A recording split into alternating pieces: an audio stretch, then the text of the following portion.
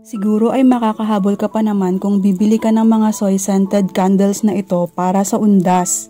Maganda kasi ang mga teacup candles na ito dahil hindi natin madudumihan ang pintura sa mga puntod. Hindi lang naman sa undas nagagamit ang mga scented candles na ito. Kagaya sa akin sa nakikita nyo, nagagamit ko siya kapag nagmo-morning devotion at nagjo-journal ako. Sa gabi din kapag nagme-meditate ako, nagre-relax kapag pagod sa trabaho, ay sinisindihan ko ang kandilang ito at nakakapagparelax siya sa akin.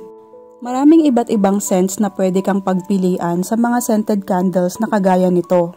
Pati yung mga designs ng lata niya, pwede ka ring mamili. Ang mga scented candles ay timeless. Pwede mo siyang ipangregalo, ipang token at ipang souvenir. Pwede nga rin siya kahit simpleng decorative pieces sa bahay dahil nga meron siyang iba't ibang kulay. Multi-purpose ang lata nito, alam nyo ba? Mga pamangkin ko, kinukuha nila yung mga naubos na dahil nilalagyan nila ng mga abubot. Mga hikaw, pantali sa buhok, kwintas at kung ano-ano pa. Check mo yung yellow basket.